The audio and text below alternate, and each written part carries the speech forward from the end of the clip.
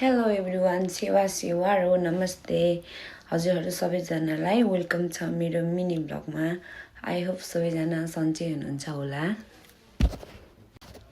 आज चाहिँ हाम्रो ड्युटी सकेर लाग्यो झरनातिर घुम्नु। अनि हामी चाहिँ सबैजना भेला भएर उमाङदेखि लाग्यौँ। हामी गएको झरना चाहिँ बुएकी बुजेटको नजिकै हो। थोरै हिँडेर जानुपर्ने रहेछ। झरना चाहिँ हामी चाहिँ झरनाको माथि पुगिसक्यौँ। झरना चाहिँ मुनि रहेछ है। अनि डाँडा झरनादेखि माथिको डाँडामा पुगिसक्यौँ। अनि त्यसपछि हामीहरू दाइहरू चाहिँ अगाडि जानु भइसक्यो। अनि हामी चाहिँ अब हिँड्नु नसकेर अलिक बिस्तारै बिस्तारै जाँदैछौँ। अलिक हिँड्नुपर्ने रहेछ। अनि साथीहरू म चाहिँ एकदमै एक्साइटेड भएर बहिनीहरूलाई छिटो भनेर बोलाउँदैछु। अनि म आफ्नै तालमा त्यत्तिकै हिँड्दैछु। अब ड्युटी सकेर पनि घुम्न त जानु, कहाँ छोड्नु भयो त, छोडिँदैन नि। यहाँ चाहिँ एउटा सानो घर जस्तो थियो होइन। अनि खै त्यहाँनिर क्रोएसियन ल्याङ्ग्वेजमा के लेखिरहेको थियो, हर्बाज के हामीलाई त पढ्न आउँदैन। अनि यो त सायद च्यान होला। अनि म चाहिँ पुरै कहिले पुग्ने हो एक्साइटेड भएर हिँडिरहेको छु आफ्नै तालमा बोल्दै है। ड्युटी सकेर पनि हामी घुम्न आइरहेछौँ, हामी जस्तो को छ भनेर म चाहिँ पुरा बोल्दै हिँडिरहेको छु। अनि सबैजना हिँडिरहेको छौँ। बहिनीहरू पनि आउँदैछ, दाइहरू अगाडि जानु भइसक्यो। अलिक हिँड्नुपर्ने रहेछ। दाइहरूलाई पनि ठिक्क झर्ना देख्यो है। हो झन् त्यसपछि झन् एक्साइटेड। अनि बहिनीहरूलाई छिटाउन कति हिँडेको तिमीहरू भन्दै म चाहिँ पुरा कुदिरहेको छु। अनि साथीहरू मैले चाहिँ झर्ना देखेपछि कुदेर म चाहिँ झरेँ। दाइहरू अघि नै आइसक्नु भएको थियो झर्नामा। अनि झर्ना हेर्नु थालेँ। अब नेपाल जस्तै लाग्यो क्या। वा यता त्यता है, त्यस्तै त हो नि नेपालीहरूलाई। अनि बहिनीहरू आइपुग्यो। बहिनीहरू मेरो डान्स टिकटक। अनि के साथीहरू झर्ना चाहिँ बिचमा है, वरिपरि सबै पत्थर बिचमा झर्ना है। एकदम एकदम गहिरो ठाउँमा क्या झर्ना।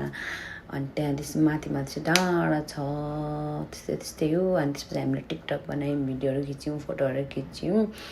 अनि हामी चाहिँ यतै बस्यौँ, हामी जानु सक्दैनौँ पारि चाहिँ। अनि हाम्रो माइती राजाहरू चाहिँ पुरा आयो गर्दै पुरा घुमिँदैछ।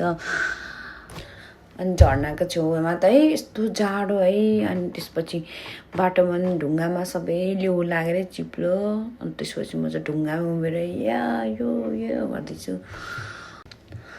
अनि हामी चाहिँ झर्ना घुमेर अब फर्किनुतिर लाग्यौँ।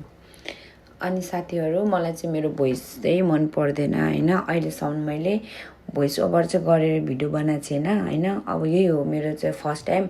अरूमा पनि गरेको छ अलिअलि चाहिँ, तर त्यस्तो एकदमै फुलले चाहिँ गराएको छैन। यही हो, अब मेरो भोइस चाहिँ यस्तो छ। अब गड गिफ्ट भनेर बस्नु पऱ्यो नि। अनि साथीहरू हामी चाहिँ झर्ना घुमेर फर्किनुतर्फ लाग्यौँ। हेर्नु त फर्किँदा नेपालीको पारा बाटो हुँदा हेर्नु न पाखैभरि मनकी जस्तै। आमामा है, मैले चाहिँ अनि यता बाटो हुँदैन किन जङ्गल हिँड्यो भनेर पुरा कराउँदैछु। अनि त्यसपछि हेर्नु न कहाँदेखि निस्क्यो सबैजना जङ्गल। फाइनली हामी चाहिँ झर्ना घुमेर माथि निस्किसकेको छौँ। अनि अब हामी चाहिँ बहिनीहरूले खानेकुरा बनाएर लिएको छ। अब हामी खानेकुरा लिन जान्छौँ, गाडीमा खानेकुरा लिएर आउँछौँ। हेर्नुहोस् के लिएको छ बहिनीहरूले खानेकुरा, म तपाईँहरूलाई देखाउँछु। ल गाइजहरू खानेकुराहरूमै चाउमिन, चटपटे, आलुचप चाहिँ डढाइ भएको छ अलिअलि।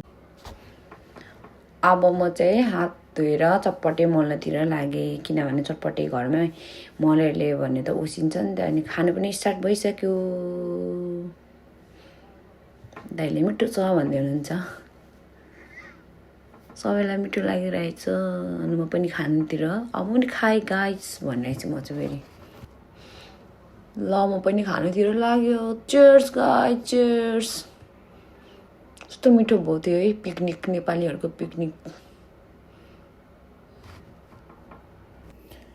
साथीहरू आजको मेरो मिनी ब्लग चाहिँ यति नै। त्यस्तो पर्फेक्ट चाहिँ मलाई ब्लग बनाउन आउँदैन, बिस्तारै ट्राई गर्नेछु। Bye bye, thank you for watching.